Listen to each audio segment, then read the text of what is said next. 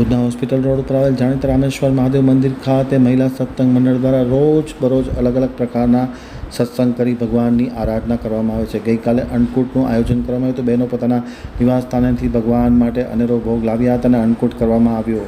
ભુજના hospital road ઉપર આવેલ જાણીતા રામેશ્વર મંદિર ખાતે રોજ બરોજ અલગ અલગ પ્રકારના મહિલા મંડળ દ્વારા સત્સંગના આયોજન કરવામાં આવતા જે ગઈકાલે અન્નકૂટનું ભવ્યાતિ ભવ્ય આયોજન કરવામાં આવ્યું હતું। આજે ગણેશ મહોત્સવનું સમાપન હતું। તે પૂર્વે રામેશ્વર મહિલા સત્સંગ મંડળ દ્વારા અનેરું અન્નકૂટનું આયોજન કરવામાં આવ્યું હતું। અન્નકૂટની વિશેષતા એ હતી કે બહેનો પોતાના ઘરેથી ભગવાન માટે ભોગ લાવી હતી અને જેનું અન્નકૂટ કરીને ભગવાનને ભોગ લગાવવામાં આવ્યો હતો। સૌ બહેનોએ અને ભાવિકજનોએ પ્રસાદ સત્સંગ મંડળમાં ખાસ કરીને મીનાબેન પંજાબી, હીરાવંતીબેન ઠક્કર, વિજયાબેન કોટવાલ, દક્ષાબેન ભટ્ટ, સીમાબેન સોની, જયશ્રીબેન જોશી સહિતની મહિલાઓ ખૂબ આનંદપૂર્વક ઉમંગપૂર્વક આ સત્સંગનું આયોજન કરતા હોય છે। ભગવાનના ભાવ સાથે ભજનો કીર્તનો કરતા હોય છે અને સત્સંગ મંડળનું અનેરું આયોજન પણ થતું હોય છે।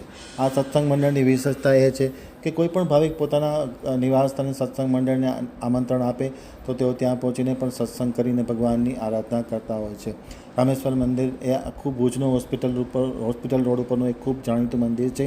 ત્યાં લાંબા સમયથી આ મહિલા મંડળ દ્વારા રોજ બરોજ અલગ અલગ પ્રકારના સત્સંગો કરવામાં આવતા હોય છે। ગણેશ મહોત્સવને અનુલક્ષીને ગઈકાલે અન્નકૂટનું પણ ભવ્યાતિ ભવ્ય આયોજન કરવામાં આવ્યું હતું। 45 જેટલી વાનગીઓ ભગવાનને ભોગ લગાવવામાં આવી હતી અને ત્યારબાદ સફળ અન્નકૂટ કરવામાં આવ્યો હતો અને ભજન ધૂન કીર્તન પણ કરવામાં આવ્યા હતા। રોજ બરોજ મોટી સંખ્યામાં મહિલાઓ આવતા હોય અને ખાસ કરીને રામેશ્વર મંદિરના પૂજારી જયેશ મહારાજ અને ગુરાણી પણ ખૂબ જ ભાવપૂર્વક બધા ભાવિકોને વ્યવસ્થિત યોગ્ય સહયોગ આપે છે, મંડળને પણ સહયોગ આપે છે અને સત્સંગ મંડળ દ્વારા જે ધૂન ભજન કીર્તનનો સૌ કોઈ લાભ લેતા હોય છે।